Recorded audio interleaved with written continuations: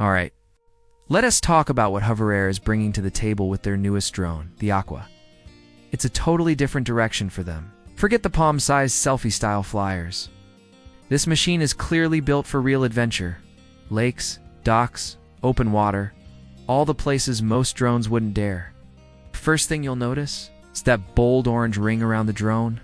It's not just about looks, though yeah, it definitely pops. It's made for visibility. Out on the water, when most drones are just gray specks, this one practically shouts, "Here I am." Then there's the tiny screen right on top, just below the hover branding. Looks like a status readout, maybe even a mini viewfinder.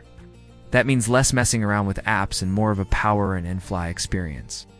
Feels like Hover is going full-on plug-and-play with this one. Now here's the big twist. It looks like the Aqua can launch straight from water. It's not confirmed yet, but the design really hints at it. If that's true, it's huge. Most drones treat water like game over, but not this one.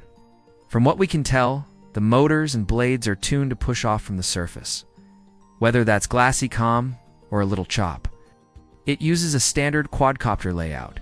For props, 2 clockwise to counter, built for steady, balanced flight. The blades seem to have fixed pitch, made to handle surface drag and stay upright during takeoff. But for that to work, the body needs to be watertight. No exposed electronics here. Everything looks sealed, splash-proof, maybe even more. And there's a beacon too, like the one DJI teased but never dropped. Honestly, it feels like Hover Air's done playing in the lightweight drone category. They're coming for DJI, and they're doing it with bold color and waterproof confidence. And with DJI currently facing all kinds of import headaches in the US, the timing couldn't be better. So yeah, Hover Air Aqua, bright, bold, water-ready, it's not afraid to fly where others sink. If DJI wasn't watching before, they are now.